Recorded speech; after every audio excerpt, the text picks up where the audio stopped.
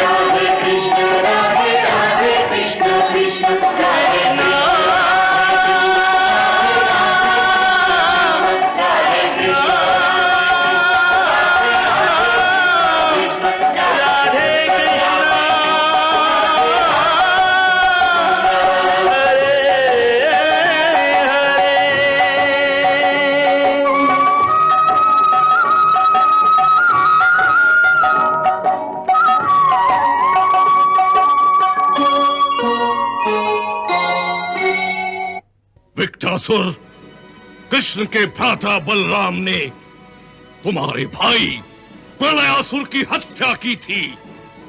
आज उसी बलराम का भतीजा, कृष्ण का पुत्र मेरे प्राण हरण करने के विचार से, इससे पहले कि मेरे भाई का हत्यारा आपके प्राण लेने के लिए आपके पास पहुंचे, मैं उसके प्राण उसके शरीर से बाहर खींच लूंगा। हमारे पास समय बहुत ही कम है। मुझे तुम्हें जल्द से जल्द इस योग्य बनाना है कि तुम अपने शत्रु का विनाश कर सको। माताश्री, मैं अपनी शक्ति और केवल आपके आशीर्वाद से शत्रु को नरक पहुंचा सकता हूं। ओम ऐं ह्रीं क्लीं चामुंडाय विद्महे।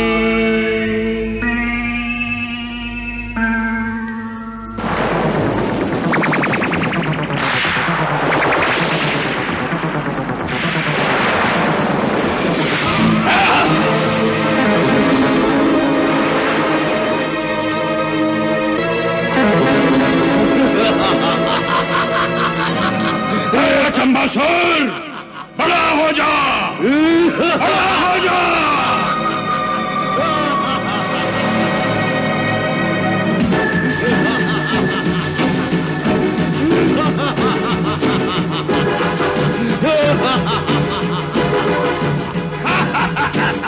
सेवक को क्या आज्ञा है स्वामी? तुम गंधमादन पर्वत पर जाकर भानामती और प्रद्युम्न का विनाश करो, जाओ। गुरुदेव, आपका आशीर्वाद सदा ही मेरे साथ रहे। मेरा आशीर्वाद सदा तुम्हारे साथ है मेरे पुत्र।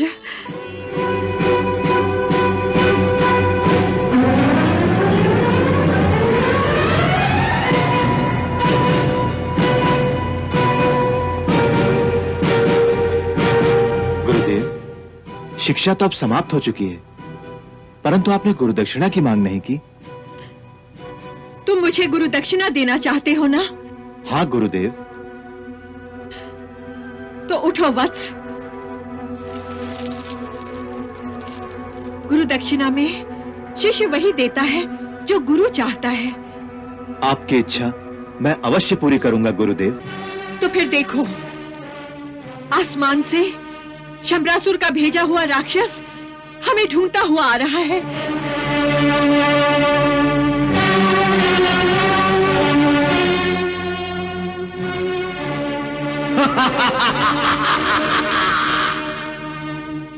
तुम मेरी दी हुई शिक्षा से उस राक्षस का वध कर दो, यही मेरी गुरु दक्षिणा होगी। जो आज्ञा गुरुदेव। विजय भव मेरे पुत्र, विजय भव।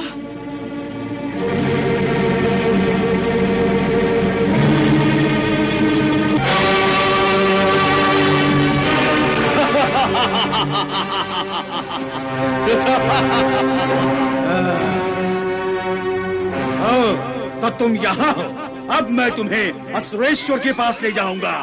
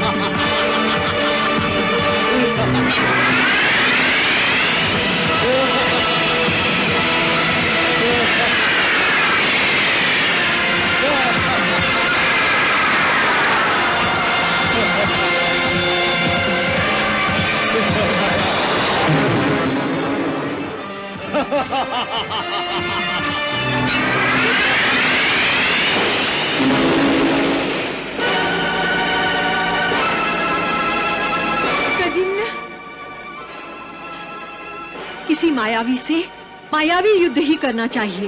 तुम उसकी माया नष्ट कर दो, फिर वो तुम्हारे सामने आ जाएगा।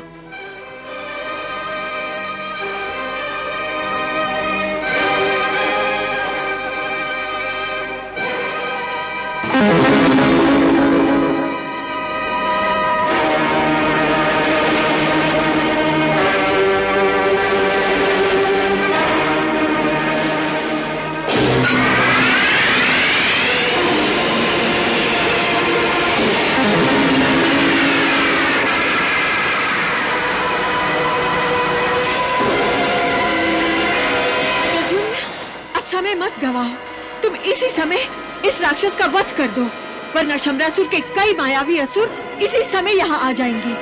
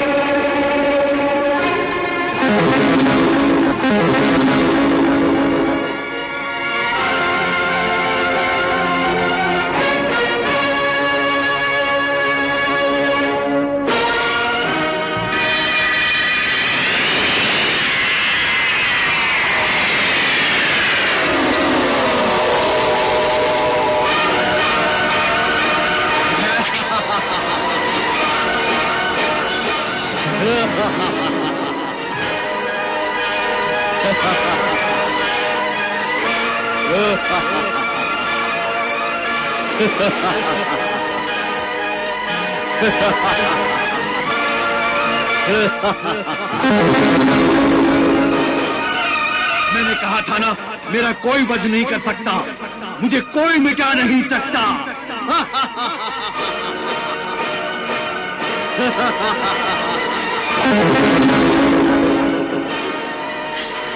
हे प्रभु, इस संकट में प्रद्युम्न की रक्षा करो प्रभु। भानुमति, विकटासुर ने अचंबासुर का निर्माण किया है। उसने एक मिट्टी की मूरत बनाकर उस मूरत से अचंबासुर के प्राणों की स्थापना की है। तुम्हें उस मूर्ति को नष्ट करना होगा। जिस पल तुम उस मूर्ति को नष्ट कर दोगे, उसी पल प्रद्युम्न अचंबासुर का वध करने में सफल हो जाएगा।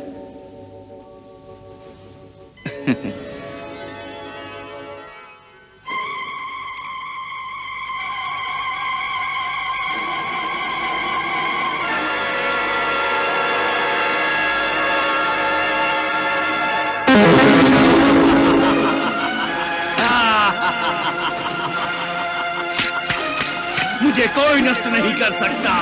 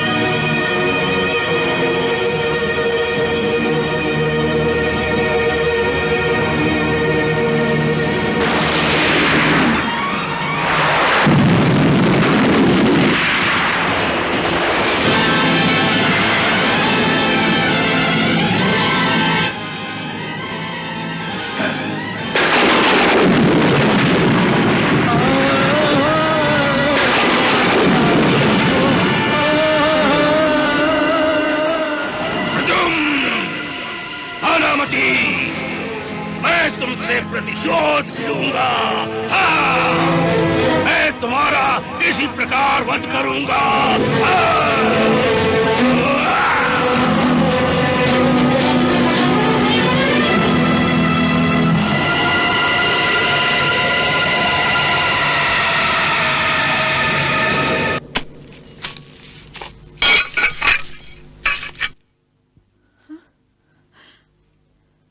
इन आयुधों को देखकर ऐसा लगता है कि तुम्हें विकटासुर का विस्मरण हो गया है। नहीं माताश्री। तो फिर तुमने इन आयुधों को नीचे क्यों रख दिया? अभी तक तो युद्ध का प्रारंभ भी नहीं हुआ प्रद्युम्न, और तुमने इन आयुधों को नीचे रख दिया। पुत्र प्रद्युम्न, जिस अचंबासुर का तुमने वध किया था, उसका निर्माण विकटासुर ने किया था, और विकटासुर शंबरासुर जैसा ही मायावी महापराक्रमी और बलवान है, और मेरे विचार से वो अचंबासुर के वध का प्रतिशोध लेने अवश्य ही आएगा।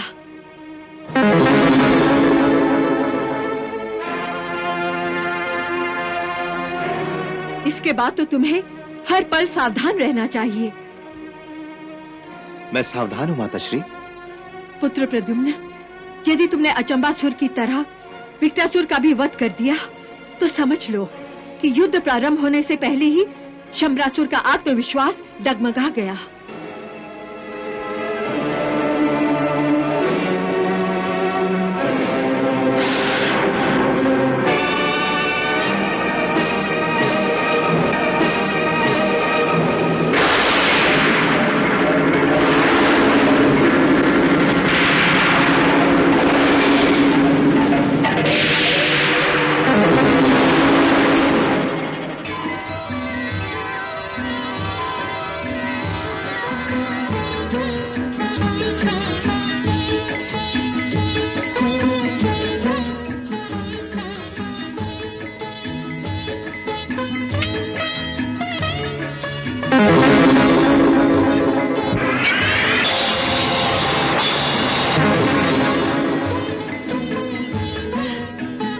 ठहरो, इसे मैं लेकर आती हूँ।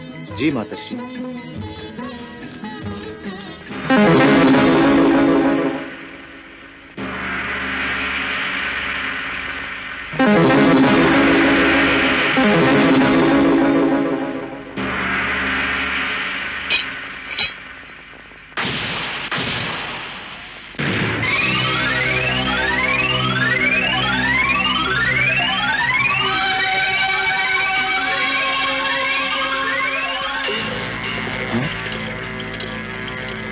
माताश्री, आप अतिशीघ्र आ गई। हाँ पुत्र प्रद्युम्न, कुछ कार्य ऐसे होते हैं जो अतिशीघ्र ही पूरे किए जाते हैं।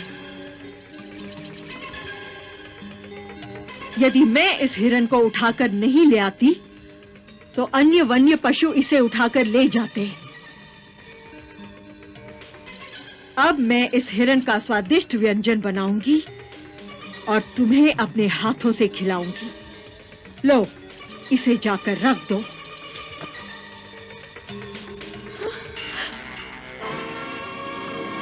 प्रद्युम्न!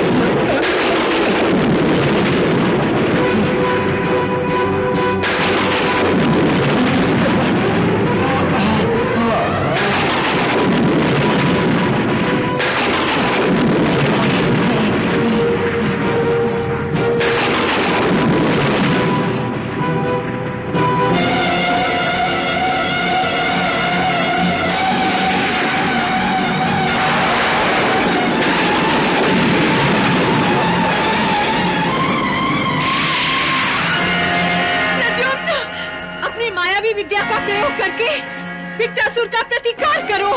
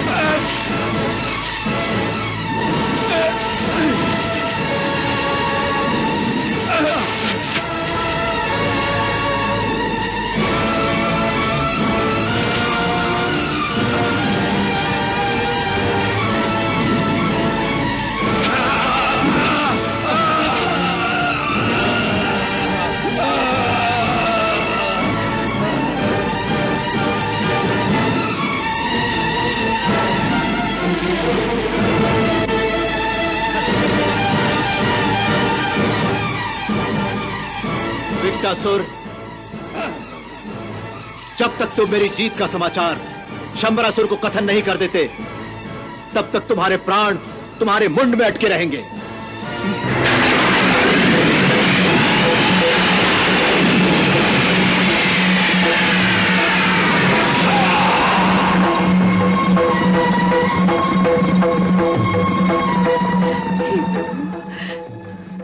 तुम्हारा बहुत बहुत धन्यवाद प्रभु, बहुत बहुत धन्यवाद।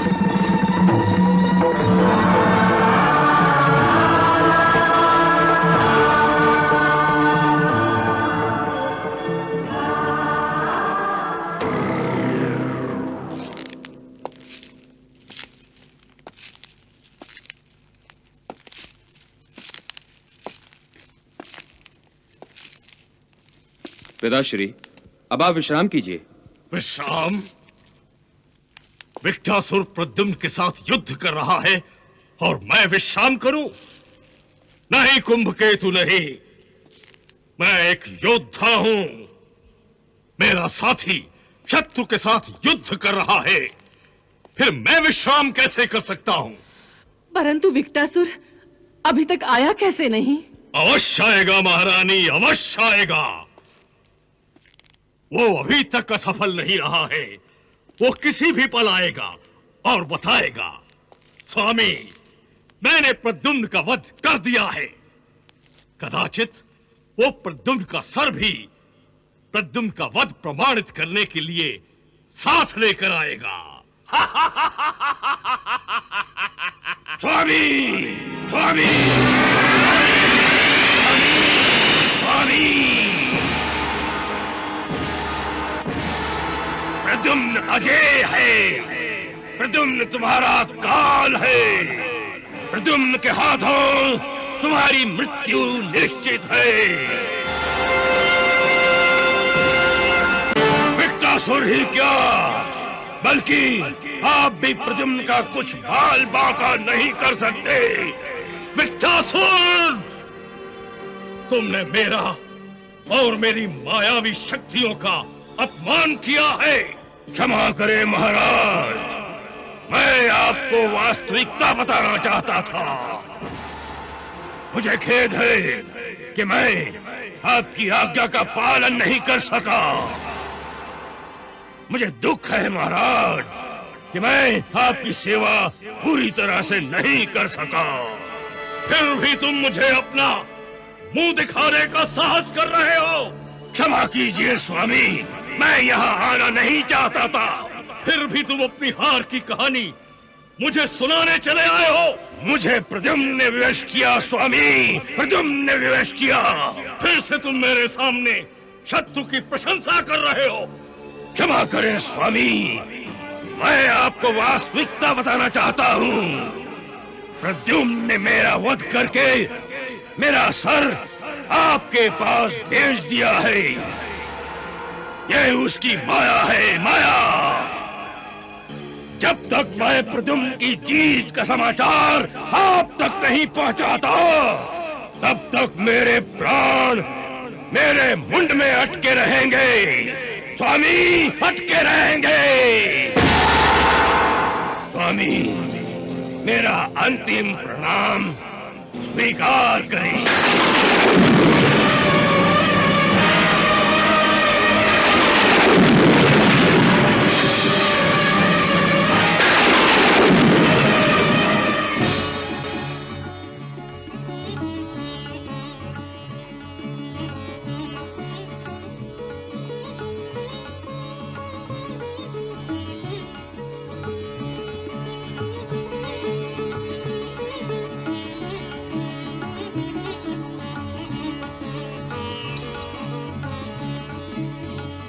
माताश्री, मैं धर्मयुद्ध आरंभ करने जा रहा हूं। आप मुझे आशीर्वाद दीजिए।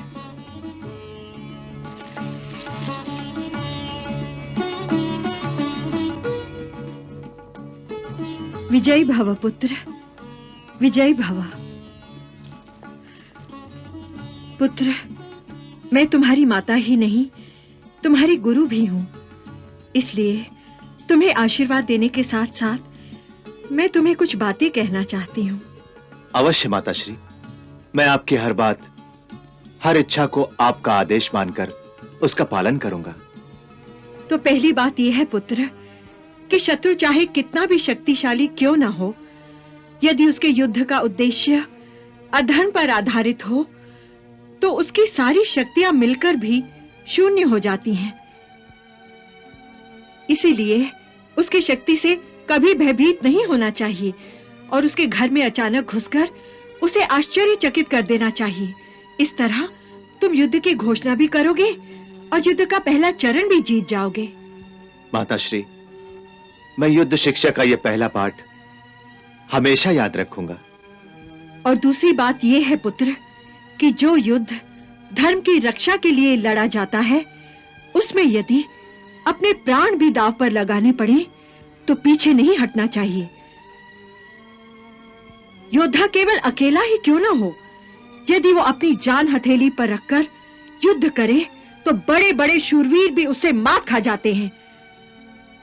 एक अकेला योद्धा हजारों शूरवीरों पर भारी पड़ जाता है और युद्ध में कभी हार भी हो जाए तो जब तक उसके शरीर में प्राण है, उसे हार को अंतिम हार मानकर स्वीकार नहीं करना चाहिए। अवश्य माताश्री, मैं आपकी अपेक्षा पूरी करने का हर प्रयास करूंगा। और एक अटल सत्य याद रखना प्रद्युम्न कि धर्म युद्ध में जीत हमेशा धर्म की ही होती है और अधर्मियों का हमेशा विनाश ही होता है। अपनी माता और अपने गुरुदेव की इस शिक्षा और इन सिद्धांतों को मैं कैसे भूल सकता हूं? चाहे मेरे प्राण चले जाएं, परंतु मैं कभी अधर्म के मार्ग से युद्ध नहीं करूंगा। और ये बात तो मैंने तुम्हें बता ही दी है कि धर्म शत्रु शंबरासुर का सर घमंड के कारण आकाश में छेद कर रहा है। उसके सर को उसके धड़ से अलग कर देना ही तुम्हारा मुख्य उद्देश्य है। परंतु मैंने तुम्हें यह बात नहीं बताई कि उसके घमंड की निशानी है उसका विजय स्तंभ, जिस पर उसका विजय ध्वज लहरा रहा है। तुम अपने अंतर चक्षुओं से उसे देखो, तुम्हें अवश्य नजर आएगा।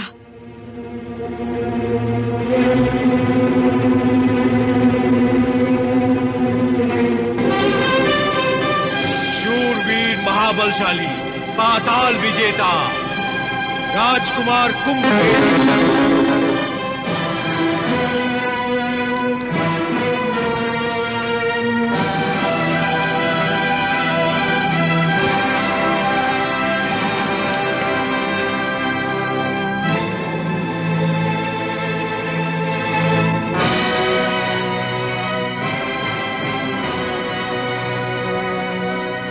राजकुमार कुंभकेतु की जय। राजकुमार कुंभकेतु की जय। धरती लोक का प्रलय, इंद्रलोक का आतंक, महाशौर्यशाली राजकुमार सिंहनाद।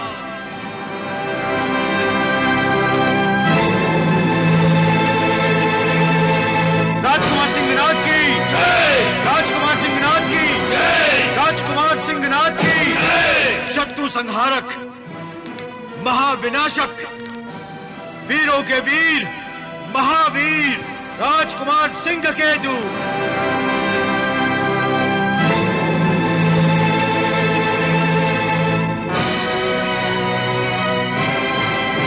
राजकुमार सिंहकेतु की जय। राजकुमार सिंहकेतु की जय। मृत्युदाता, भय निर्माता, निर्भय असुर राजकुमार केतुमाली।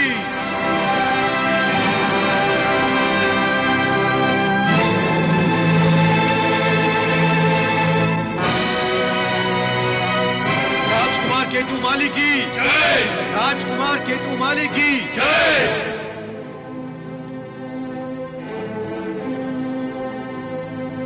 मेरे वीर पुत्रों, हमारा ये विजय ध्वज और ये विजय स्तंभ हमारे लिए हमारे प्राणों से भी अधिक महत्वपूर्ण है, क्योंकि ये हमारी विजय और हमारी सत्ता का प्रतीक है।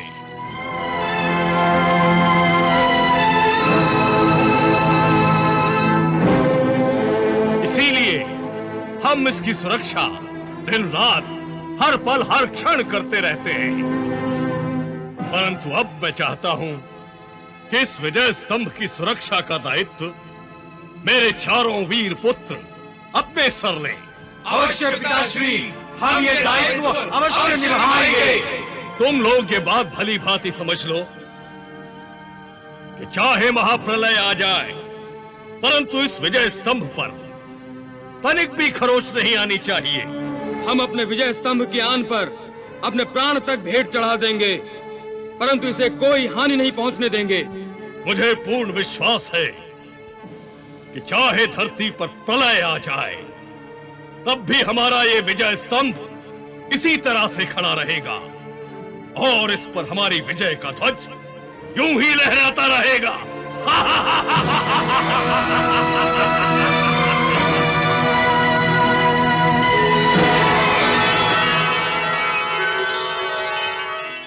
पुत्र, तुमने त्रिलोक के सांप और उसके चारों सपोलों के साथ विजय स्तंभ को भी देख लिया है। तुम्हें इस विजय स्तंभ को तोड़ना है, परंतु उससे पहले तुम्हें शंबरासुर का घमंड तोड़ना है। इसके लिए तुम्हें उसके घर में जाकर उसे भयभीत करना है और उसे युद्ध के लिए ललकारना है। अवश्य माताश्री, अब मुझे आज्ञा दीजिए। मैं शत्रु के घर में घुसकर उसे ललकारने जा रहा हूं।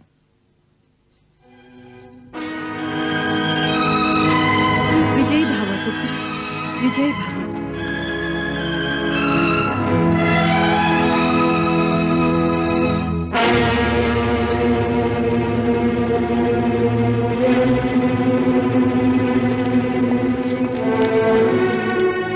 हे प्रभु, हे श्री कृष्ण, मेरी शिक्षा प्रद्युम्न की रक्षा तो करेगी ही, परंतु उसे विजय आप ही प्रदान कर सकते हैं। आप प्रद्युम्न को विजय प्रदान कीजिए, उसे विजेता बना दीजिए प्रभु।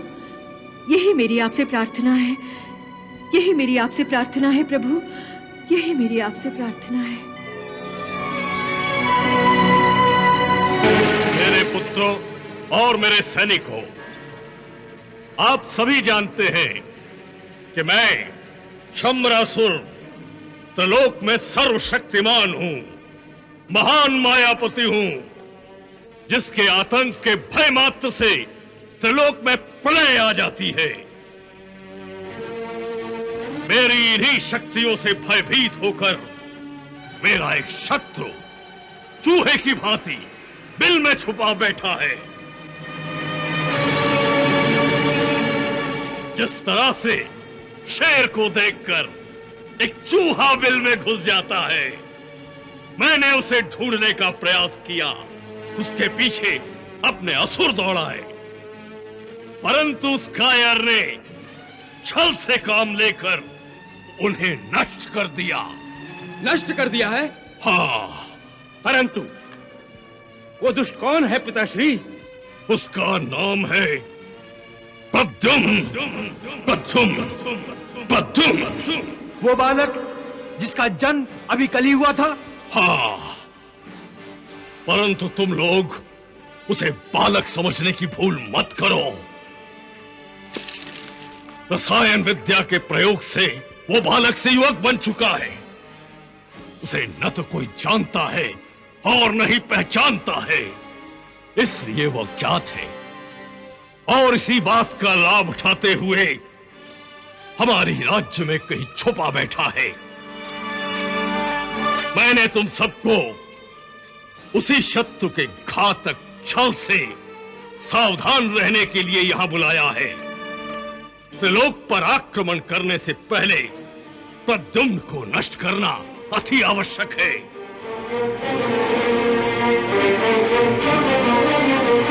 इसलिए प्रद्युम्न को नष्ट करने के लिए तुम लोग अपनी तलवारों की धार को तेज करो, और यदि वो पाताल में भी छुपा बैठा हो तो उसे ढूंढ निकालो, क्योंकि वो कायर कभी भी सामने से आक्रमण करने वाला नहीं है।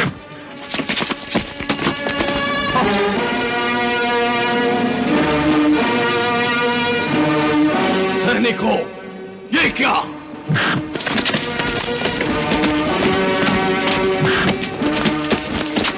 ये सब क्या हो रहा है?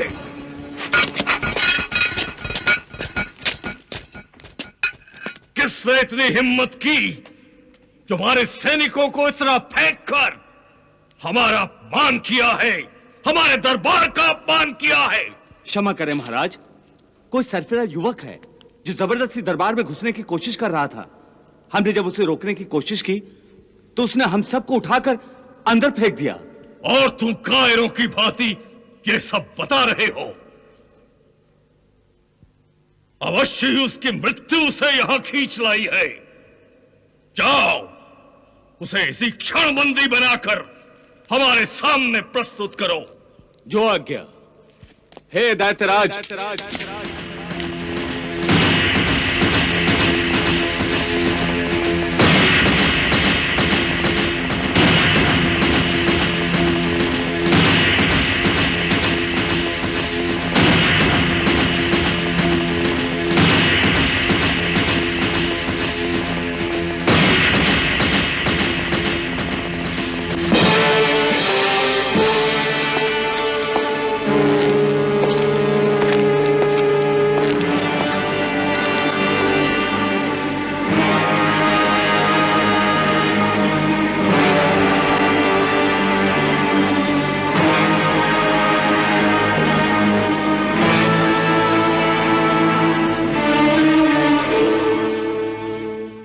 मुझे कहीं भी जाने से या कहीं भी आने से कोई भी रोक नहीं सकता। अच्छा, तो बड़ा गुमान है तुम्हें अपने बाहुबल पर। सैनिकों, ले जाओ इसे और डाल दो कारागृह में।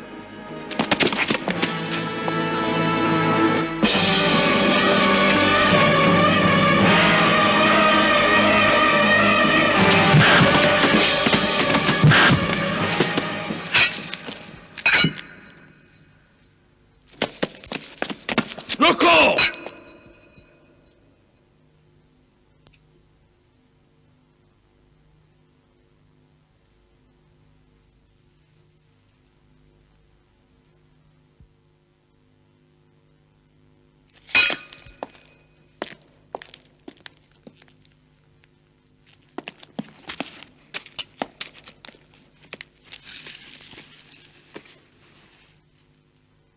हे युवक, मेरे पुत्र तुम पर मृत्यु बनकर टूट पड़े थे,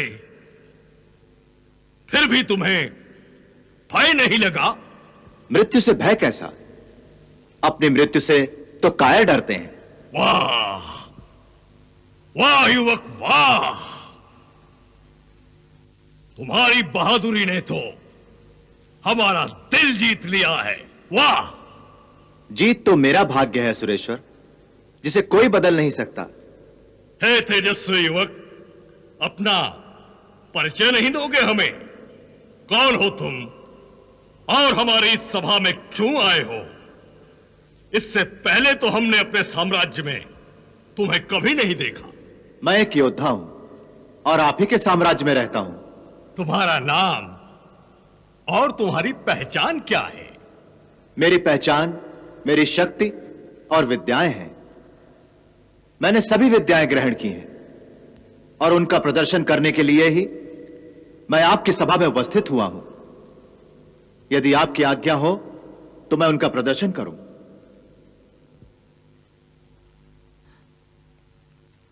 आज्ञा है।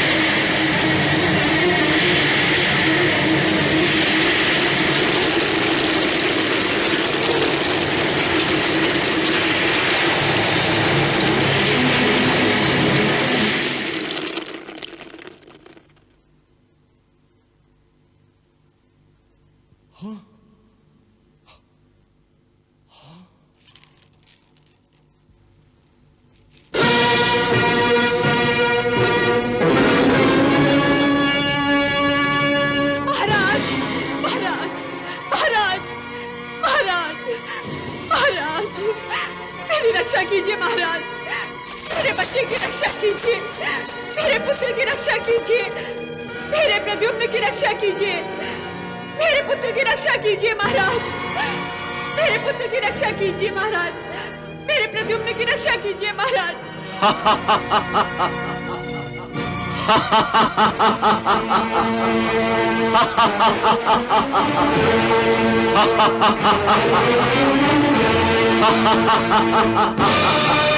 और माया दिखावा सुरेश्वर। कौन हो तुम? कौन हो तुम? बताते क्यों नहीं? कौन हो तुम?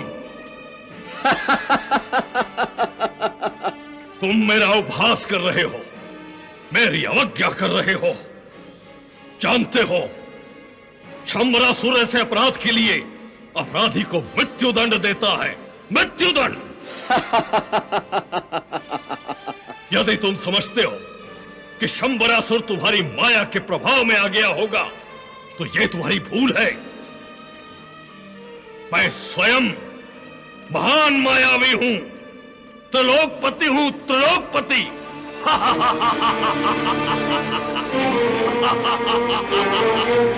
यदि मैं चाहूं तो इसी समय, इसी पल तुम्हें मृत्यु के हवाले कर सकता हूं। हाँ, परंतु आप ऐसा नहीं कर सकते हैं सुरेश्वर। क्यों? क्यों नहीं कर सकता? क्योंकि आप ही ने तो मुझे अभय दिया है। मैंने अभय दिया है तुम्हें? हाँ सुरेश्वर। कब अभय दिया है मैंने तुम्हें? तुम्हें तो आज मैं पहली बार देख रहा हूं। हे मायावी युवक, तुम मुझे भ्रमित करने का प्रयास मत करो। मैं आपको भ्रमित नहीं कर रहा हूं सुरेश्वर, बल्कि आपका भ्रम तोड़ने का प्रयास कर रहा हूं। मैं आपको स्मरण करा देना चाहता हूं कि ये मेरी और आपकी भेंट पहले भी हो चुकी है। आप ही ने तो मुझे अपने हाथों के पालने में लेकर सीने से लगाया था। आपने ही मेरा नामकरण भी किया है। मैंने तुम्हारा नामकरण किया है? हाँ सुरेश्वर। और जब युवराज कुंभकेतु मेरा वध करने आया था, तब आप ही ने मुझे अभय दिया था।